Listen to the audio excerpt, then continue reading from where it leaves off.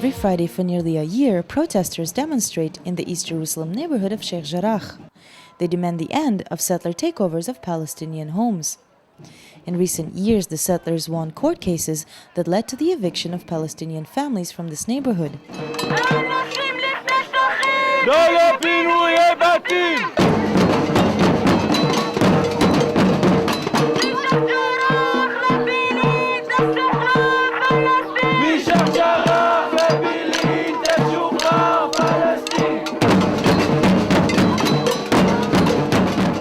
Settlers say the land is theirs based on documents showing that Jews lived on the land during the Ottoman Empire more than 100 years ago.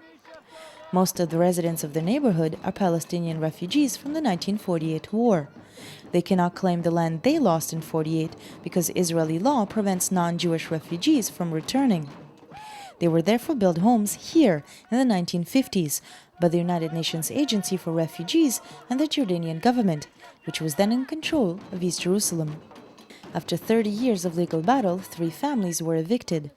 The Al-Kurd family set up a tent outside their home in protest to the eviction. Police demolished the tent 11 times, and it is under constant attack by the settlers who have taken the family's home. Protests have therefore become weekly as the rest of the Palestinians are still fighting to keep their homes. Several months ago, the municipal police started preventing the protests, which are organized by a broad coalition of Israelis and Palestinians, from entering the neighborhood. While the protesters are prevented from demonstrating outside the evicted homes, settlers often do. Previously, The Real News spoke to Saleh Abu Daib, one of the main activists in the neighborhood, who's currently fighting to keep his home.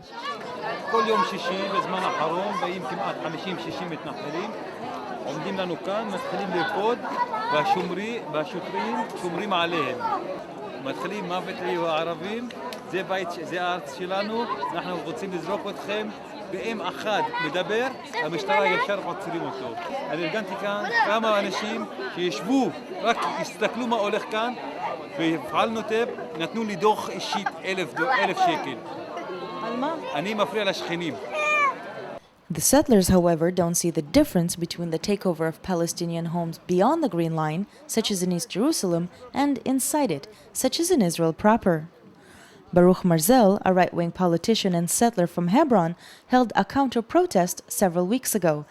He told The Real News that the Jewish demonstrators are hypocritical because many live on land confiscated from Palestinians in 1948, rather than 67. הם גרים בקיבוצים שעל אדמות שהם גירשו ערבים ב-48. אז אני לא אומר שצריך להחזיר, אבל לפחות תשתקו. כי אם אין לנו זכות לגור באמצע ירושלים, במרכז ירושלים, על אדמה יהודית, אין לנו זכות על שום דבר בארץ ישראל. ארץ ישראל! עם ישראל! הר הבית ליהודים, מכה לערבים! Many settlers in the neighborhood also believe the battle is about religion and Jerusalem as a whole. התורה בעד לגרש את הערבים, את המחבלים כמות, את האויבי ישראל. מי שמשתלט על הר הבית, צועק הר הבית שלנו, מקים שם מסגדים וזה, הוא אויב הר הבית ליהודים, זה אף פעם לא היה של הערבים. בתקופה האחרונה הם התחילו להשתלט שם, וגונבים לנו קרקע. מי שמכריז נגד עם ישראל מלחמה, צריך להחזיר לו כשתיים. Many of the Palestinian activists in the neighborhood have been repeatedly arrested and given bail conditions that prohibit them from attending protests. Saleh Abu Daib was arrested on the 14th of March for allegedly pushing back settlers who were trying to photograph him. He spent 9 days in detention and was brought before a judge 4 times. The Real News spoke to Hatem Abu Ahmed, his lawyer. Unfortunately, he spent the last 9 days in high security detention. Why do you think he was arrested? I'm considering the issue of Sheikh Jarrah as a political issue. He's living in a house that settlers claim ownership in this house. It will be better for them taking one of the main member of the family to the jail rather than fighting with him at the court.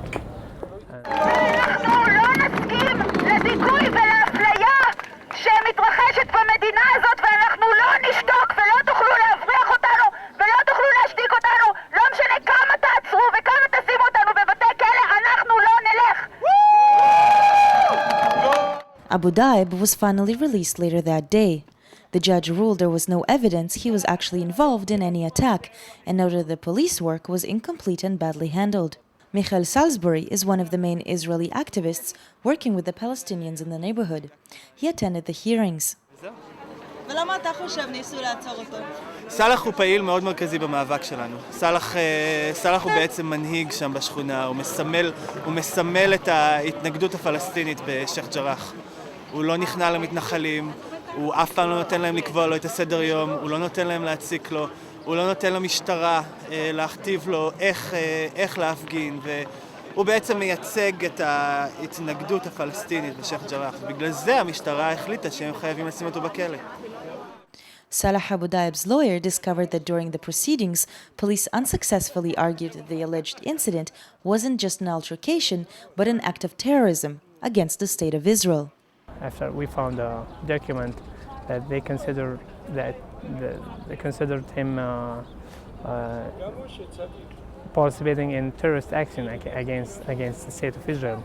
For what? What exactly was he accused of committing? They considered the attacks against settlers as a terrorist action against the state of Israel.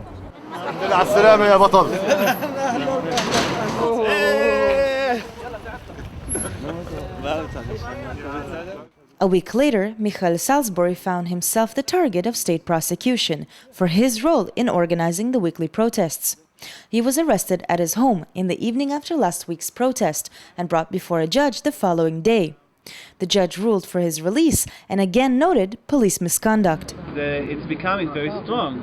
I mean, if we're talking about them coming to my house on Friday night and a Shabbat dinner, my family is religious. That says something. And if I was a Palestinian, I would still be under arrest. I would not be free. The fact that I'm Jewish, the fact that I'm Israeli, was part of the reason that I was out. If I was a Palestinian, I would still be in jail and probably days to come.